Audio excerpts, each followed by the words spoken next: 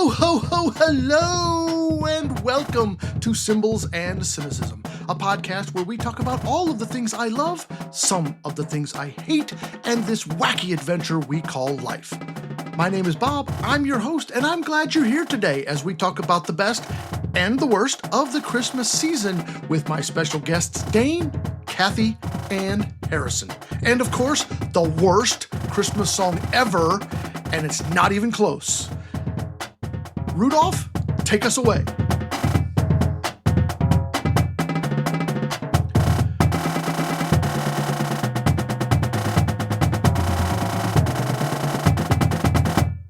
Welcome back. We are glad you're here, deep into the December holiday season. Many of you are probably deep into your holiday performances, whether you're directors or students or musicians who are crazy with the Christmas time holiday performances, and you're probably feeling the pressure of all of that. December, for me, was always sort of felt like the best of times and the worst of times. Holiday concerts, fifth grade band duets, middle school small ensemble performances, maybe you're doing some caroling with your students, spreading all of the Christmas joy, but with that also comes the exhaustion. I loved wearing my silly musical Christmas ties and ugly sweaters and all the rest of that. For if you're a band director, probably it's pep band season starting up and all of the carry-ins to prepare for, which is it's the best and also the worst. On that note, our conversation last week with Jay, hopefully you listened to that. If not, go back and give it a listen. Some really great stuff in there. It got me thinking. He mentioned Peter Boonshaft being at OMEA PDC this coming January. And we mentioned some of his books, and that led me to the bookshelf in my office. Nearby the Peter Boonshaft books are the Tim Lotzenheiser books and other books. I kind of have all my inspirational books sort of together. I'm not an alphabetical kind of person on the bookshelf. I'm sort of a by topic kind of person. Anyway, nearby the Boonshaft books is the Tim Lotzenheiser book, which is probably my most often read book. It's the most worn out book. It's virtually falling apart. It's definitely the most marked in. There's pencil and pen and highlighter. There's sticky notes all over the place. It's called The Art of Successful Teaching. And I started glancing through this book. Allow me to read you a portion. This is the chapter entitled Negotiation and Education, A Question of Balance. This is the very end of the essay. Quote, I clearly remember falling into my office chair one evening. It had been one of those days when everything that I did was in the wrong key. I had taken on a coach, my boss, a couple of parents, and a group of hostile band members. Just as I was about to fly the coop, my boss walked in and looked at me with a challenging sneer. I shook my head in defeat and I whispered, you know, all I ever wanted was to be a band director, and I haven't heard one note of music today. His sneer turned to a warm smile. He put his arm around me and explained, you are a band director and a darned good one. And as soon as you realize that what you are doing is band directing, you'll be a heck of a lot better. You know, he was right. And do you know what else? It even made me smile. That is a quote from the book Art of Successful Teaching by Tim Lotzenheiser. If you're feeling exhausted with the holiday season, the scramble of pep band, the carry-ins, maybe your boss doesn't seem to have your back or notice that you're working your tail off, just remember, you are teaching music. You are changing lives, and what you do does matter. And you're doing a great job. My encouragement for you is to press on for these last few days. Then a well-deserved rest awaits. But your kids deserve your best today, tomorrow, and up until the last minute. Perhaps over break, take some quiet time to read from Dr. Tim's book or some other book on your shelf that is well-worn and marked, and maybe you've forgotten about it as I have this book. It'll do your heart some good. One bit of error from last week. I repeatedly called the Professional Development Conference convention. 25 years ago, we used to call it convention, and now it is called Conference, Professional Development Conference. So my apologies to OMEA and Jay Wardeska. In fact, kudos to Jay for not once correcting me all of the times I said convention instead of conference. My apologies. On today's episode, we are on our 10th episode of Season 2, and that means top 10, bottom 2, symbols and cynicism style. It's our best and worst for the holiday season, including music, sweet treats, movies, and more, plus the worst Christmas song ever, and it isn't even close. There's a lot of fun to have, so let's get rolling. Okay, we are here with Dane Newlove. Dane, Merry Christmas, Dane. Merry Christmas, Bob. It is so nice to see you. It's been a while since we've hung out. Yes. It's been even longer since you've been on the podcast. I don't think you were on since the last time we did a top 10. We did our symphonies. And my least favorite symphony was your favorite, if I recall correctly. So, But we're here today doing concert band music that is Christmas or seasonal, at least, related. Right. You were a band director for a long time, and now you have a community band. Fun fact, though, as the St. Mary's band director, you did not have a Christmas concert.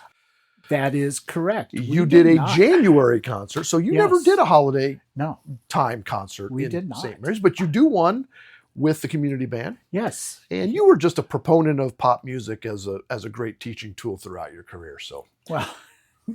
Sure. Okay. Sure. Okay.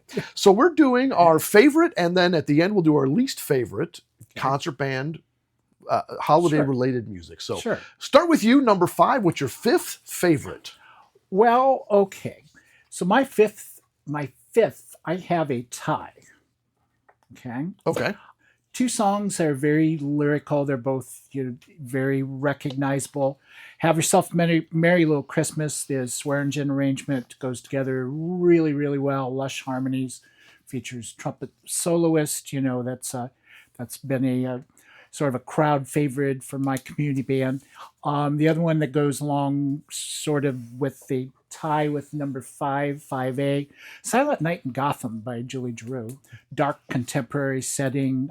Sounds like it should have been composed for a movie. I don't know. Maybe it's been used in a movie. I don't know. You would know that. You actually keep me into that piece. Yeah. So the Gotham part of it is the chordal.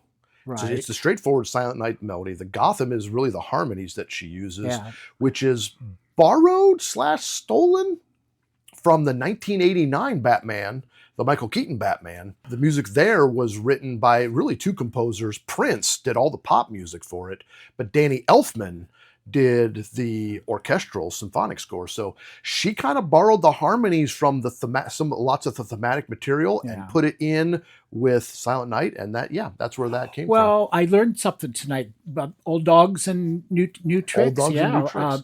And we our community band, St. Mary's Area Community Band. We sort of alternate between those 2 every other year, and so those were my number 5s. All right. Well, my number 5, I'm going a little off the radar here. I think a lot of times we think Christmas music, we think community band or high school band, but one of my very favorite tunes to always do, I think we did it every year that I taught 6th grade band, was First Christmas Overture by John O'Reilly. It just...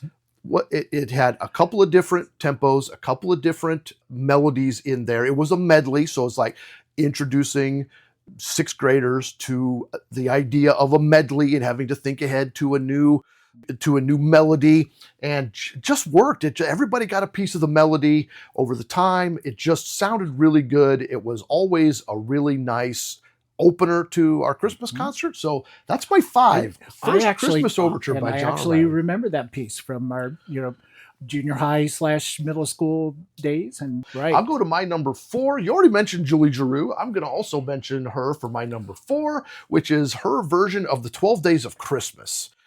The 12 Days of Christmas can be quite repetitive and obnoxious, even, if you will. she does a lot of things with this arrangement that make it really different. Instead of swans a swimming, she has Swan Lake in there. Instead of 5 golden rings, she has like the Great Gate of Kiev. She includes a lot of well-known classical melodies inside, and the drummer's drumming is the drum solo. It's hard. It's very difficult, but super cool, and I really enjoyed that piece. So I'm going number 4, 12 Days of Christmas by Julie Drew. And we actually did that piece last year. Great piece, like you said. Well, my number 4 is sort of a little different. Also, Minor Alterations by Lovrian. The Christmas Through the Looking Glass. Is that the original one? Because I know there's 2 or 3 of them now. I think that is the There's original. at least 2. Yeah. Yep. Yeah.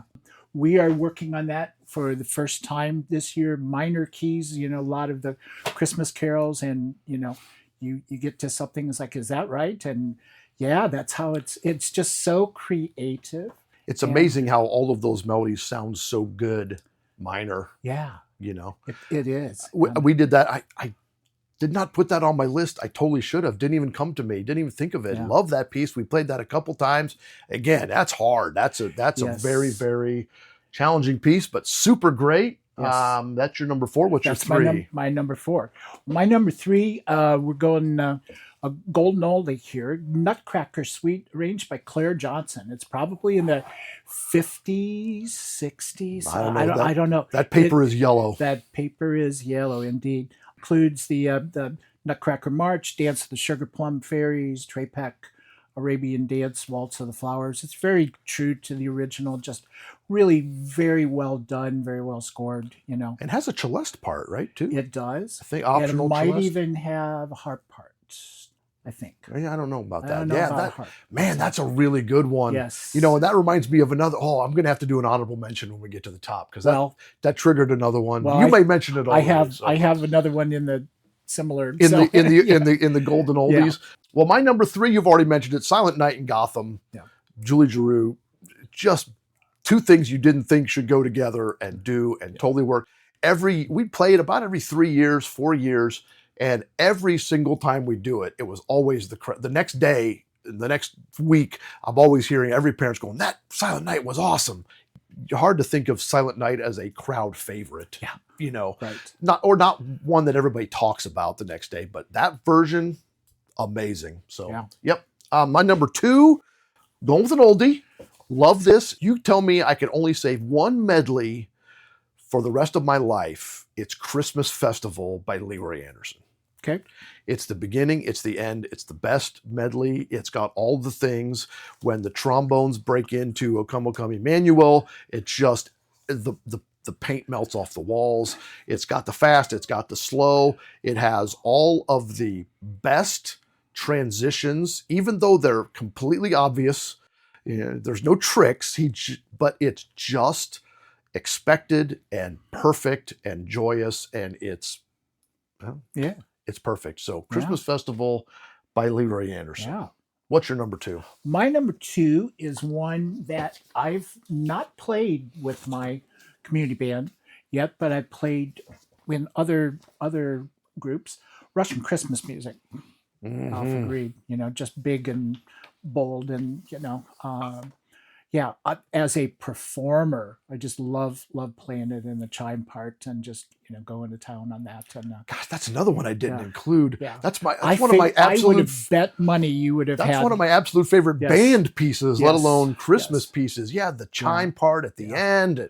I mean, wow, I'm embarrassed. This is terrible. No. Yeah. Absolutely. All right, give me number 1. Well, shocking. My number 1 is a Leroy Anderson, and it is not Sleigh Ride, because Sleigh Ride is very similar in my brain to Stars and Stripes. Everybody knows it. I think it's overplayed. Okay. So my number 1 is Christmas Festival. Same reason. Yeah. Same reason you did, and I play it.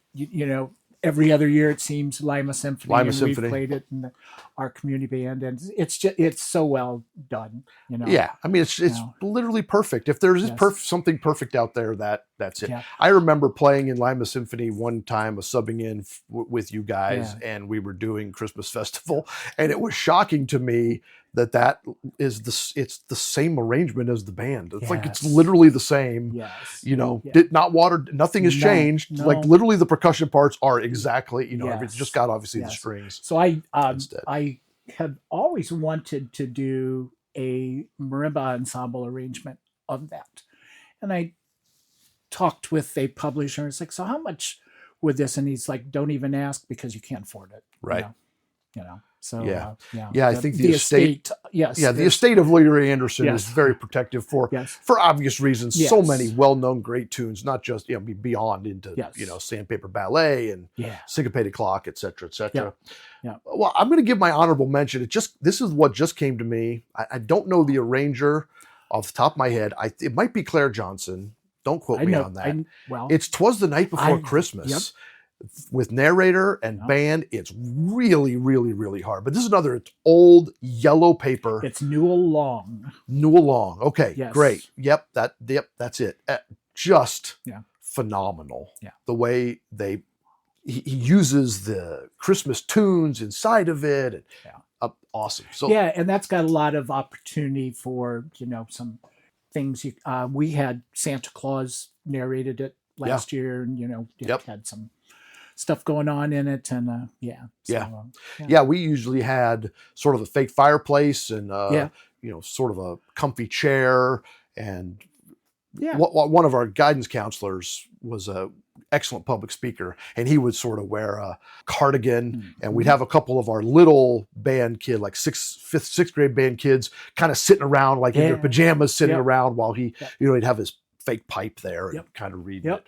When I was growing up, that was our evening, our Christmas Eve tradition was my father would always read "'Twas the Night Before Christmas" to us. So my 1A is "'Twas the Night Before Christmas." My 1AA is Russian Christmas music. I can't believe I left out Alfred Reed, but I'm going to be disappointing. Sleigh Ride. Yeah. Sleigh Ride is just phenomenal. It's perfect. It's my favorite holiday tune of any holiday tune. It is, the band arrangement is fantastic. And you got to play, in my opinion, the original Leroy Anderson. The arrangements, sorry, they don't do it justice. Agreed. They cut out the key change. They cut out the jazz thing. And for me as a percussionist, tempo blocks, beep boop. But it's perfect. It just, everything fits. The whip crack fits. The horse whinny fits. And highlight of my career, a couple years ago, we played it, and my son got to play the horse whinny, and that was really fun. So, have you done that with a 8-foot slapstick dressed up like a candy cane? Not an 8-foot slapstick dressed up by a candy cane, but if you have seen the EMC Productions version, he has an 8 in like a 75-pound set of jingle bells. So look that one up. All right, so that's some great music. And some good memories. And I would always get my Christmas kick from coming up and listening to your bands, and then when started the community band and our Christmas concerts. Like, hey, I want to do this and I want to do that. So so we were more in tune, so to speak. This was more in line. Except for you hate Sleigh Ride, but okay. No, I don't hate Sleigh Ride. I think it's overplayed. But least favorite? Do you have a least favorite? Dare I say there's an arrangement of All I Want for Christmas that isn't great? Okay. Yeah. You're not going to give us the arranger? Nope. Okay. Is it me? Nope. No, it is not you. Well, my least favorite is any arrangement of or any arrangement that includes. You're gonna do it, aren't you? Little Drummer Boy. You did it. The melody, the words, the meaning, the purpose, it's all stupid and it all sucks. So no offense to any arranger. Except the person who wrote it in the first place, whoever that is, may he rest in peace, or she, or not rest in peace, because if you wrote that steaming pile of horse crap. Oh. The Winnie horse from Sleigh Ride should take a crap on. Anyway, anything that includes Little Drummer Boy, Yes. that's my least favorite. My daughter Lindsay Moore will be listening and Good. probably agreeing. Probably Yes. agreeing with me. Well, Yes, I'm glad. yes. Lindsay, nice to Yeah. hear from you today. Yeah. Hi, Yeah. Lindsay. Yeah. I remember you. Last question here before we send you off to a merry holiday season. Uh-oh. Is Die Hard a Christmas movie? You're gonna do this, aren't you? We are. I don't know. Probably, maybe.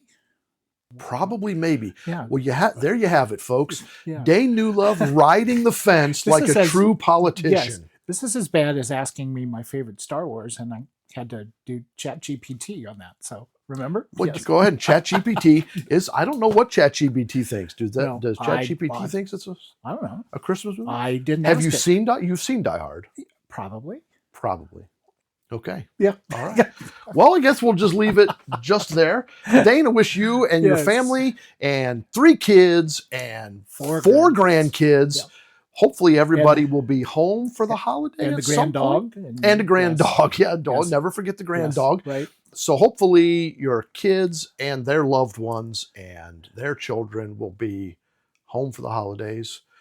No. No. Oh. It's okay. Well, you can come. That's all right. We're going to Florida, and You can come play Winter. with my son and keep him Okay. occupied. So, all right, we'll do it. Anyway, have Merry Christmas to you and yours. safe and happy. Yes.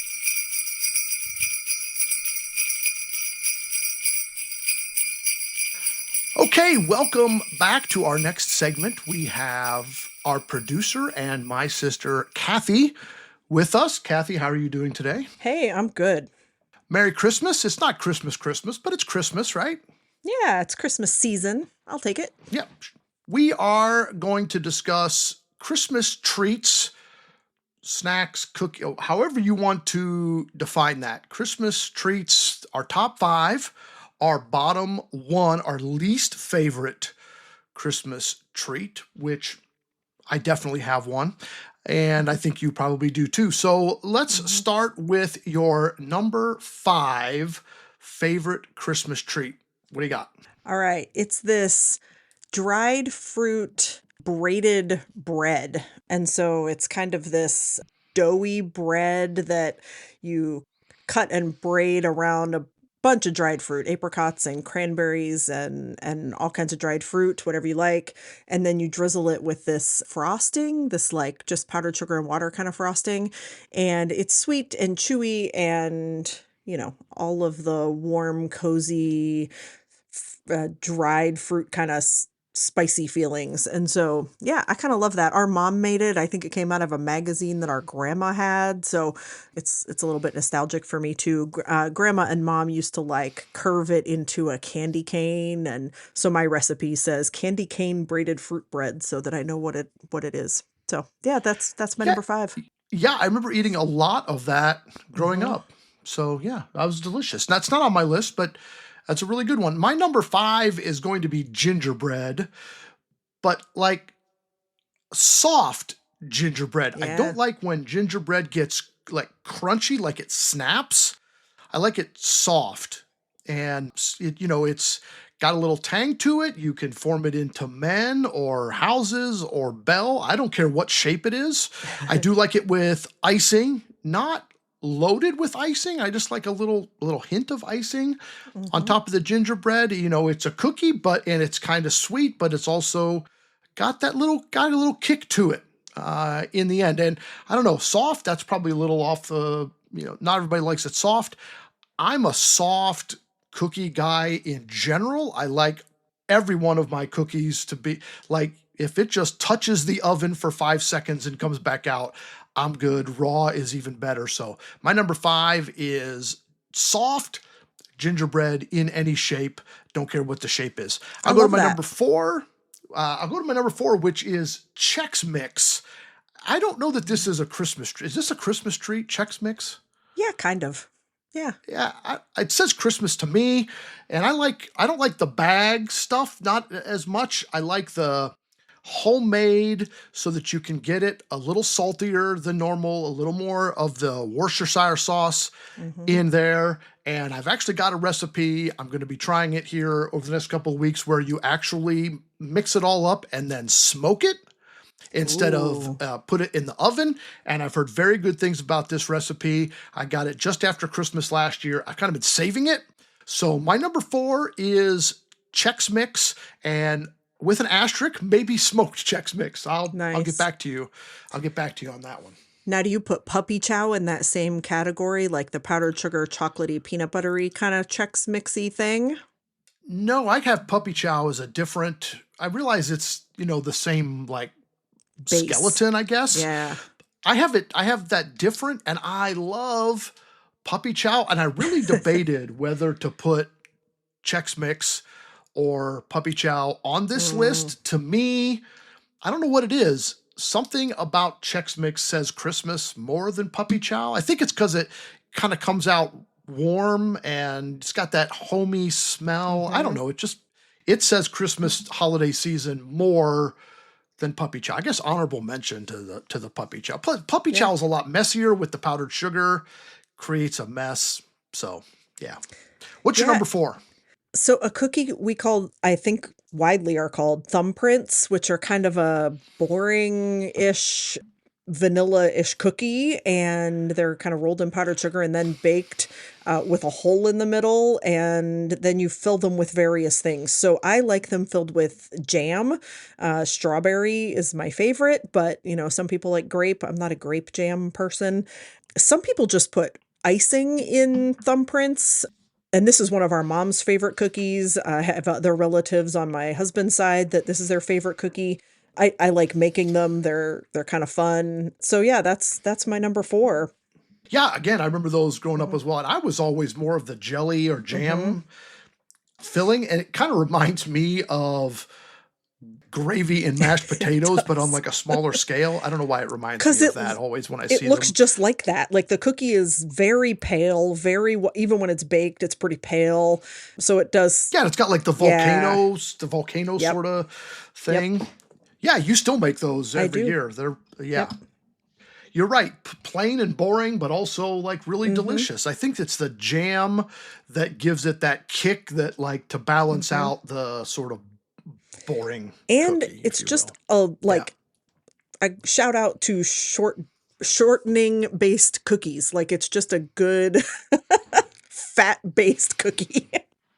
So everybody loves grease and fat. Yep. Yeah. All right. What's your number 3? Another family, you're going to remember this one too, chocolate covered cherry cookies, which I despise chocolate covered cherries at like the box of, the brand name box of chocolate covered cherries with that weird goo in the middle. But a chocolate covered cherry cookie is a really pretty dark chocolatey cookie that's very soft. Again, you kind of make a dent and you put a cherry in it and then you cover it with this chocolate ganache that also has some of the maraschino cherry juice in it. So it's like a sweeter sort of cherry based, but most of the cherry flavor comes from the cherry that's in the cookie. So you only get one cherry in it. It's an odd cookie. It is my daughter's favorite Christmas cookie, but I do love them and I only ever make them at Christmas. So it remains a Christmas special thing in our house. Yeah, I do remember those growing up. Absolutely. Cookies were a huge deal. I remember through Christmas season in our house growing up. I mean, whether I've inflated it in my mind or whether it was true, I remember just dozens and dozens and dozens and dozens of cookies all over the house in the Christmas season. Did I make that up? Or is Nope, absolutely. Tupperware all over the place. And in very like Midwestern normal fashion, our mom kept them in Tupperware out on the porch because there was nowhere in the fridge to keep them. There were just way too many. And we always had more than any of us could ever consume. Although I believe that like she took them to work and dad took them to work and like, I don't know who all she was giving them to, but there were definitely tons. Yeah. And that means that like I get out my recipe box at Christmas and there's like, 20 recipes and my family just isn't going to consume it. So I have to like narrow down to which cookies I want to make just to, to kind of keep things manageable. But yeah, definitely tons of cookies. Yeah. divide all of the recipe ingredients by Right. 10, right? Right. That was your 3. I'll go with my number 3. It's kind of boring. Just sugar cookie, just a Mm. cutout sugar cookie. And I never really liked sugar cookies until my mother-in-law, who makes the softest, sweetest, best sugar cookies in the world. I don't know how she does it. She bakes them with love and magic or something, but they are absolutely delicious. And as an aside to that, my wife took that recipe, which is not gluten Mhm. free, and found a way to make. I mean, it's you put these two cookies next to each other, one of my mother-in-law's and the gluten free from Dawn. I don't know that you can tell the difference. I mean, they are really, really, really, really good. And of course, we cut them out like, snowmen and the bells and, the Christmas tree cutouts. But, just the simplicity of an iced sugar cookie, man, that's the holidays to me. That's Christmas. And Dawn is good at making those. I totally agree. I've had her cookies. They're lovely. And if this was a top 6 list, my cutout cookies would have made the list. They just didn't quite make the top 5. So I agree with you. Yeah, sure. Well, They're you got good. to Yeah. Yeah, you got to cut Yep. off somewhere, right? My number 2, a little different. We've been talking cookies, cookies, Mm-hmm. cookies. I'm going with fudge, Mm. and especially peanut butter Mm-hmm. fudge. And it doesn't have to be the really complicated, recipe to cool it, heat. Like, we make a fudge in the house that is very, very simple, very few ingredients, very easy to put together. I'm not even sure it gets baked. Maybe you melt stuff. I don't know. I don't make it, but really good fudge. Fudge says holidays to me. Love it. Peanut butter fudge or any kind. I'll take chocolate fudge too. Love fudge. That didn't make my list, but maybe I need to reevaluate. That just wasn't on my radar, but I don't know how I missed that. Yeah, love fudge. But yeah. And your number 2. My number 2 is peanut butter blossoms. I'm sticking with cookies. Everybody knows what a peanut butter blossom is, right? It's a peanut butter cookie rolled in sugar. It's got a Hershey Kiss sticking out of the top. For years, we have also put like a Reese cup, like the small-ish quarter size kind of Reese cup in them. And so yeah, those are a big hit in our house. I could not divide that recipe by anything. I usually multiply it by 2 or 3. Those are a huge hit in this house and one of my favorites. They do have to be pretty much underbaked. I don't enjoy them as much once they're kind of too brown on the bottom. So, but when they're soft, and especially once the Hershey Kiss is kind of soft and melty when they're pretty fresh, those are one of my favorites. Yeah, definitely on the soft Mm-hmm. end for those. I agree. All right, give us the number 1 Christmas holiday time treat. I'm going with another cookie, sort of. Although you don't bake them, I'm going with rum balls. They are my favorite cookie, and they're the first thing I think of. I only make them at Christmas. They only have about 6 or so ingredients in them, but as soon as I open the container of them, you get that smell, and they're coated in powdered sugar, and so they're sweet and spiced and warm and addictive, and I love them. What's your number 1? Yeah, well, I think rum. I think rum and bourbon. They're very, very different spirits, but they have that same warm character to them. And like we mentioned episodes and episodes ago, the fall and the winter is a great time to begin drinking bourbon because of that warm, cozy feeling. I feel the same way about rum balls. They're fantastic. My number 1 though. Peanut butter blossoms all day, every day. And I'm partial to the ones with the Reese cup, with the mini Reese cup in them. That is the perfect Christmas cookie. We make them all year, but for some reason, they also say Christmas to me. And so I'm counting it as a Christmas cookie. I like to eat, and the more peanut butter in the cookie, the better. It's no secret. I love peanut butter. I love peanut butter plus chocolate. So this is the perfect cookie for me. I think that also I sort of eat around most of the cookie and then like you got to leave the right ratio at the very end of just a little handle of cookie on the one side, and then the middle, so that then that's like the last bite is the whole Reese with a little bit, the right ratio of cookie. Although I won't turn it down with a Hershey Kiss either. Also, top notch, grade A. Love it. And they Number are one easy Christmas holiday treat. to make gluten-free. I think everything on my list I have made gluten-free pretty successfully, except I've probably never tried the dried fruit bread gluten-free. I just don't think I've thought to do it. But all of those I don't think you need to. Harrison would never eat it anyway. Don't worry about it. but all of the other cookies I have successfully done gluten-free pretty interchangeably and love them all. So, yeah. Good stuff. Well, it wouldn't be Symbols and Cynicism if we didn't also do the worst Christmas treat. I'm probably going to take a hit on this one from our listeners. I hate peanut brittle. I hate the way it looks. I hate the way it tastes. I hate the way it crunches, gets stuck in your teeth, shatters all over the place. There is nothing about, there is no redeeming value, in my opinion, to peanut brittle. I just hate it. It's crap. Keep it away from me. Yep. Totally agree. What do you think? What's your worst? Hands down, did not even have to think about it. When you texted me and asked if I could come up with 5 good and 1 bad, I thought of the 1 bad first. And it's boring, but peanut brittle was the first thing I thought of. I hate that sticky in the teeth feeling. I will say that candy canes run a close second. So I dislike candy canes for many of the same like sticky, crunchy feeling in my mouth. It's the same thing to me. But yeah, peanut brittle has no redeeming value. It does not taste like peanuts, even when you get one.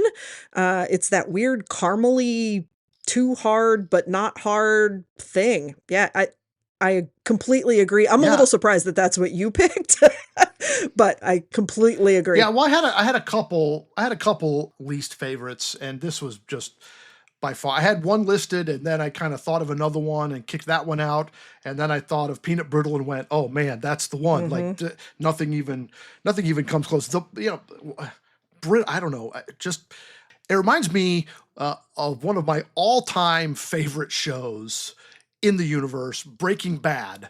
Because if you've ever seen it, they cook meth and they pour the meth into these glass trays and then they sort of hit them with a hammer to break up the meth before they sell it. I don't know. That has nothing to do with Christmas, but it reminds me of how I think peanut brittle is related to meth. And you should not do meth, and you should also not do peanut brittle. End of story. You've heard it here first. We agree. Peanut brittle is the worst They thing. are terrible for you. One more question for you. I'm springing this on you, but I've been asking all my guests because it is the Christmas season. Is Die Hard a Christmas movie? I do not think that Die Hard is a Christmas movie. Just because it takes place on Christmas does not make it a Christmas movie. That's my stance. Even though it takes place at a Christmas party. Yep. And even though it's about the reunion of a family. Yeah, sorry. And even though there's like ho, ho, ho involved. Sorry. I know I disappoint you. But I agreed with you about peanut brittle. That should count for something, right?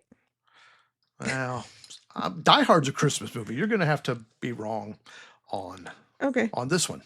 All right. Hey, thanks for joining me today. This was fun to talk about all of our Christmas treats. And man, you had a lot of good ones from, I forgot about that whole bread. What'd you call it? The dried bread thing? Candy cane braided fruit bread is what my recipe calls it. Yeah, the braided fruit bread. I forgot all about that. That was a good Christmas memory. Yep. Well, hey, enjoy your week. And it's cold here. I'm sure it's cold where you are too. So stay nice and warm, and we'll talk again soon. Have a good Christmas. Merry Christmas.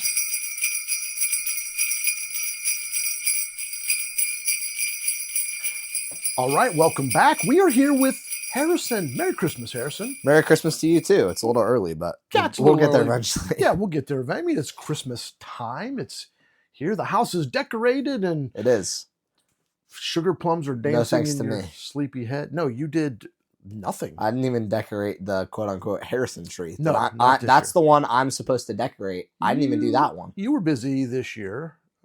That weekend when Mom was decorating, Slightly. you were away for the weekend. Yes, I was. We are here to discuss Christmas movies, our top 5, bottom 1 each of We the certainly are. or holiday movie. I mean, just movies that are Christmassy. and holiday-y. So we're going to start at number 5. You love the countdowns. So I love countdowns. this plays right into your jam. So give us your number 5 holiday movie. My number 5, a lot of these are very common. I actually haven't seen that many Christmas movies. This one is pretty, I guess, underrated, kind of flies under the radar. Lots of people haven't seen this. It's a horror movie. It's called Krampus. For those of you who don't know what Krampus is, it's a German legend, similar to Santa, but it's like evil Santa, where instead of back in the day in Germany, a long, long time ago, instead of Santa giving you coal if you were bad, evil Santa named Krampus that looks like a demon goat thing takes you and kidnaps you and takes you to hell, basically. So this movie is about a family that is extremely dysfunctional and a kid who still believes in the spirit of Christmas, but his whole family doesn't, except for his grandma that is German and doesn't speak English, which is kind of, the plot's kind of, yeah. But it's cool, super scary, and also kind of Christmassy. Lots of Christmas themes in there. I'm going with that one. I mean, ultimately, the plot is Death Santa. Yes, Death Santa. And it does not have a happy ending. But it is Spoiler alert. lots of it is Christmassy. I can tell you what the bad ending is. Oh, okay. I guess we can. It's an old movie. I mean, it's not 2016. Yeah. Yeah. All right. I'm going to go way back for my number 5. This is definitely would be an old movie. It's black and white. It's A Wonderful Life. Okay. Great movie. A lot of people don't like it. Your mother doesn't My like mom it. does not. She thinks it's very depressing. And of course, a lot of it is. It's about I've never seen it. the main character who falls down on his luck, job problems, family problems, etc. Sure. And goes to commit suicide and says, you know, the world would be better off without me in it. Wow. His guardian angel comes and spends a lot of the movie showing him what Bedford Falls is the name of the town that they live in would be like if he had never been born. And he ends up realizing that actually life would not be better for everyone if he were not. And so by the end of the movie, he comes to this realization and everybody shows up to his aid to solve his problems. And he realizes that it is, in fact, a wonderful life. Great moral, great story. A lot of it is depressing. Sort of got that. Sounds like it. Yeah. Sort of got that Scrooge vibe where, you know, the ghost visits you and Sure. shows you what life would be like. Otherwise, I'll move on to my number 4. More modern movie. I watched it just the other day. Red One. We're gonna disagree about this. Go Yeah, ahead. that's okay. I just really like this movie. I like it for a couple of. It's pretty typical saving Christmas. Christmas is in trouble. We have to save Christmas kind of movie. I like it for a couple things. It's got The Rock in it, so I love The Rock, and he is like Santa's main secret agent bodyguard. I like that Santa is ripped.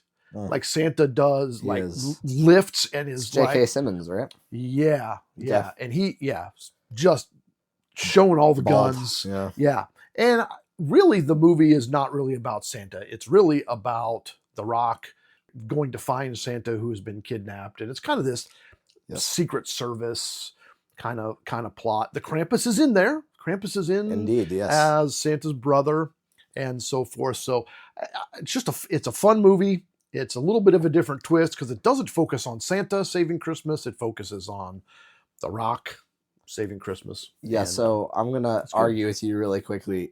So one of your positives was that The Rock is in it. One of my negatives is that The Rock is in it. I like The Rock. The Rock He is cool. is in too many things. Well, I wish I was The Rock. I don't see the character. I just see The Rock. My number 4. My number 4. Yeah, go with your number 4. Yep. My number 4 is a classic. I think this one is probably just about on everyone's list somewhere. Probably all my friends, probably yours somewhere. It's a classic Will Ferrell, Elf. This is probably one of the first Christmas movies that I watched. this is probably my favorite like genre of Christmas movie. Is like the kind of old-ish to me movies that are just really cheesy but also really funny. And another one of those is going to appear later on this list. But I really like this one as well. Elf is very good. Yeah, 5 stars for Elf. It's not on my list. I left it off sort of Really? intentionally. I figured you would be on yours. Okay. So I left it off a little bit intentionally. Love that movie. Just good vibes. And Will Ferrell, I think the first time I watched it, with a lot of Will Ferrell movies, the first time I thought, that is just stupid. I don't understand why anybody would like that movie. And then the second time it's like, okay. And then the third time you love it. I think that's why I go through that with every Will Ferrell movie. Yeah. I think so. You have to buy into the stupidity. Eventually, yeah. It sort of grows on you like moss. All right, what's your third one?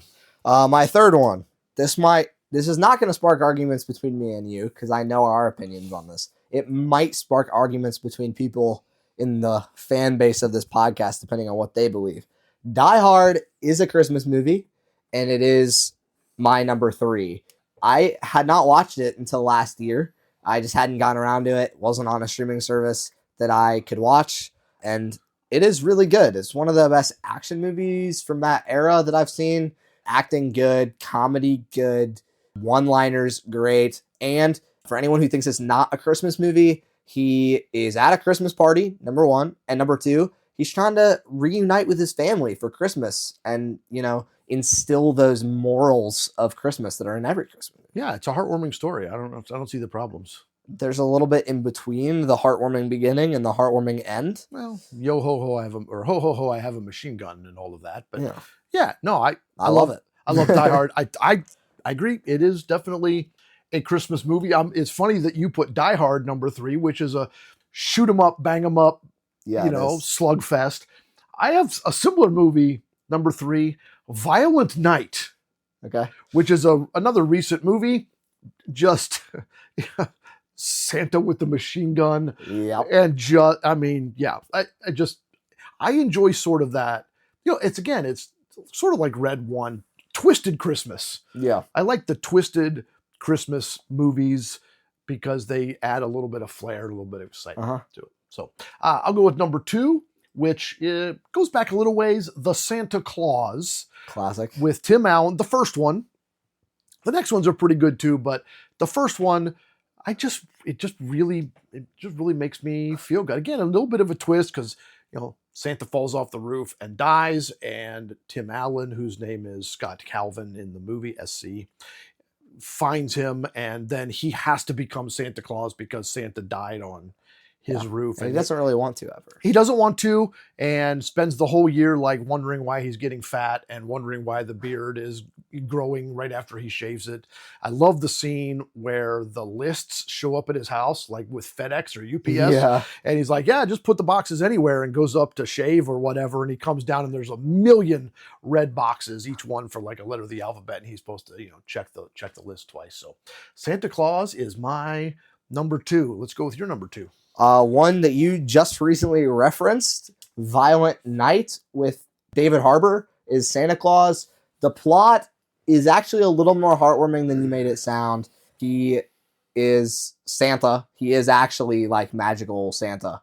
And he hears on a radio that these robbers are shooting up a family, essentially.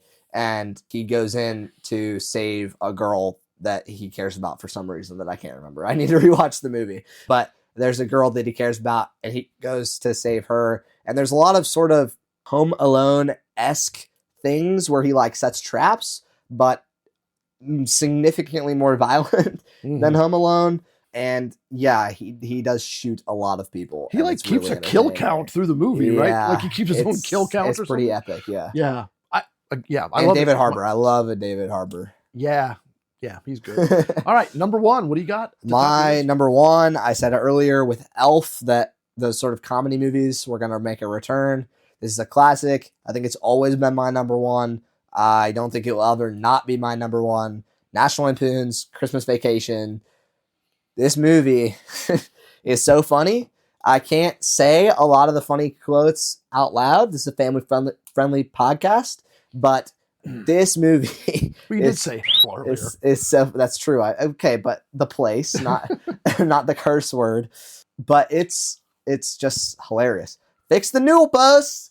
You know, like he just slowly goes insane, and it has those sort of chaotic family vibes that are very Christmassy, and it has the happy ending of any good Christmas movie, and it has the heartwarming rich guy becomes nice, and it has the poor guy is weird but is also nice, and the dog slobbers everywhere, but we kind of like the dog anyway, and it's like all the Christmas things. It's and all it's the funny. things. It's my number one too, obviously. I mean, I've loved it for decades and decades and It's a decades. great I've movie. often said if you grabbed a pen and a pad of paper and as you watched the movie tried to write down all of the best lines, you would never stop writing and couldn't keep up, because every scene has a line that is ridiculously quotable. Yeah. But I have often, and people call me foolish, I have often compared this movie to It's a Wonderful Life.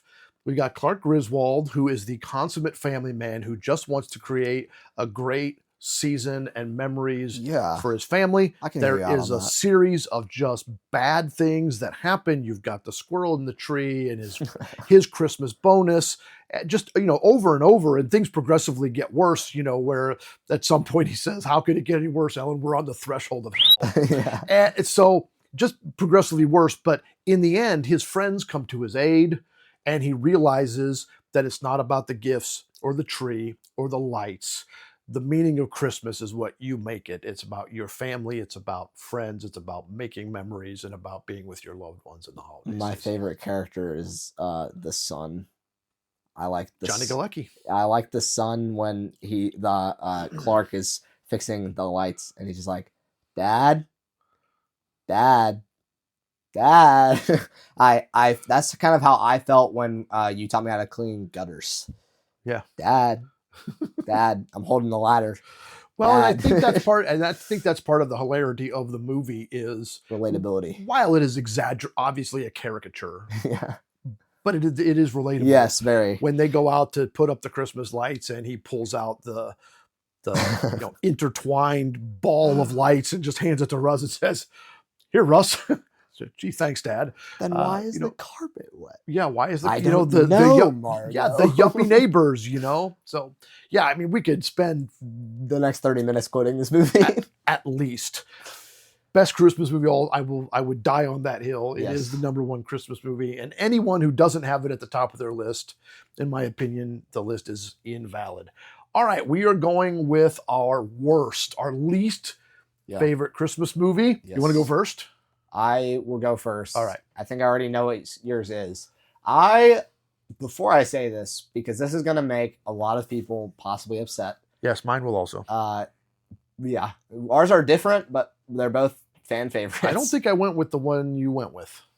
Okay, this movie is a classic to a lot of people. It's very well known, and I just need to say that I don't hate any Christmas movies. This one is just my least favorite of the Christmas movies, and that is The Polar Express. I think that the music is good, but I think that the general plot is boring. I think that the animation is creepy, and I know it was like the first fully animated 3D animated movie or whatever after Toy Story, but like, no. And I think that the elves are weird, and that whole thing, like, it's kind of realistic enough that I can suspend my disbelief that like Santa's real and there's a train that takes me there, but then they're like in this massive warehouse where they get lost, and I like, nah, you lost me. Well, it's like 4 hours of boring movie followed by the like train on the ice Yeah, action thing, and then which is cool. and then 4 another more 2 hours of really boring. boring. Yeah, no, that movie is bottom of my list. It's my honorable mention worst movie. Okay. Because I do really dislike that movie. Yes. Like 27 minutes about hot cocoa or whatever. I don't know. Bad. My least favorite movie is also going to make a lot of people angry, and that is Home Alone. Yep. Exactly what I thought. First of all, being a father, you would never get on a plane and fly to Paris or wherever they go and not realize that you don't have your son. So Yeah. that's first of all. You would never do. I don't care that things are chaotic and there's other children, and the whole family's going like, okay, that's fine. Kill my suspension of disbelief right there. First of all. Second of all, the first thing you would do is call the police and say, go do a well check on my son. Yeah. They don't do that. Or like the neighbor, they don't do that. Like they just let him fend for, and then he does all the booby traps. And what are the odds that, they're trying to break into the, I understand it's slapstick comedy, but I don't know. When he slaps his face with the aftershave and screams, just annoying. Nah. And I do not like that like movie at all, nor any of the sequels. They were all just. I agree. And there's 27 of them or something. There's a whole bunch of them. There's like 5. It's bad. Should I get you started on the Little Drummer Boy? You please don't. That's a different segment here. So thank you very much for that. My last question, you've already answered my last question. I was going to spring one on you, but you already covered it. Is Die Hard a Christmas movie? It is. It is. Of course it absolutely is. It happens on Christmas Eve. It is about being reunited with the family. It is heartwarming at the end. And yeah, absolutely. I don't even understand why people think it's not a Christmas movie. I don't understand. Because people die. Argument. People almost die in Christmas Vacation. People die in Violent Night. People die in Krampus. People. I mean, many of the movies we've mentioned. Well, someone would probably argue with me that Krampus isn't a Christmas movie. If Christmas Vacation was more realistic, Clark would have died like 4 times. That's true. All right, this has been fun. Have a Merry Christmas. Let's go watch a Christmas movie. We'll see. Do it. We'll see what we can stream without paying a fee to the Warner, Netflix, HBO. Paradigm. Yeah. Thanks for being on. We'll talk again soon. Of course. That's it. No, breathe. Find your happy place.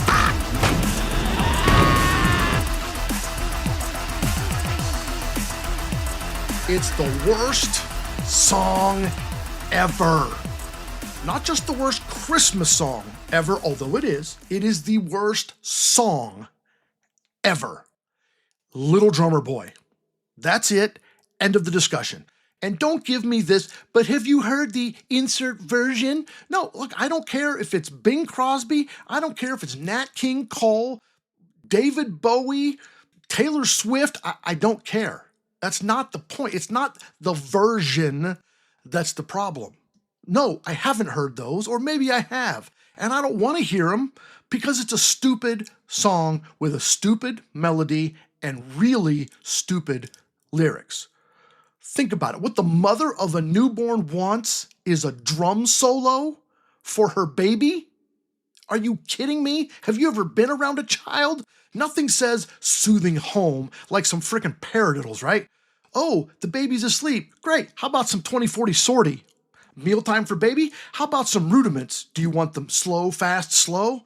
When don't we want the rudiment slow, fast, slow, Karen? That's not, and I know the point. The boy is poor, and all he has to give the little baby Jesus is his talent, and his talent is drumming. Look, draw in the dirt. At least that's quiet. What about some hand puppets? Also quiet. Offer to wash some diapers, something, anything but a drum solo? Me and my drum. How about me and my get the out of my house with your stupid drum? Don't even get me started on the slow, plodding tempo, the boring melody. Unless Zombie Buddy Rich or Zombie Neil Peart is climbing out of a grave to play that solo, keep your stupid drum away from my baby. Play us a Mr. Bean air drum solo. How about that? Can you do that? No? I feel a little better. Do you feel better? I feel a little better. Homework for the week. It is time to change the furnace filters. Boys and girls, the cold days of winter are ahead. Here comes January and February. Your furnace is going to be working overtime. So if you have a forced air furnace, do it a favor and replace that filter for a nice, clean, shiny new one so that your furnace can do its job keeping you warm this winter. Okay, that's the show. Make sure to leave a rating, drop a comment, or send a message on the app of your choice. You can text the show with the link at the bottom of the description. Check out the merch store at themarchingarts.com/RHS. We hope you'll join us next time for a deep dive into the greatest and most meaningful holiday movie ever. We'll have some bourbon with Matt, and yes, it is a Christmas movie. I want to stop hearing about how it's not. Thanks for joining me today. The theme music is Lollipop, written by me, copyright RHS Music. The show logo is designed by John Suh. This show is produced by my sister, Cathy. I hope you'll join us next time for more reflections and rantings on symbols and cynicism.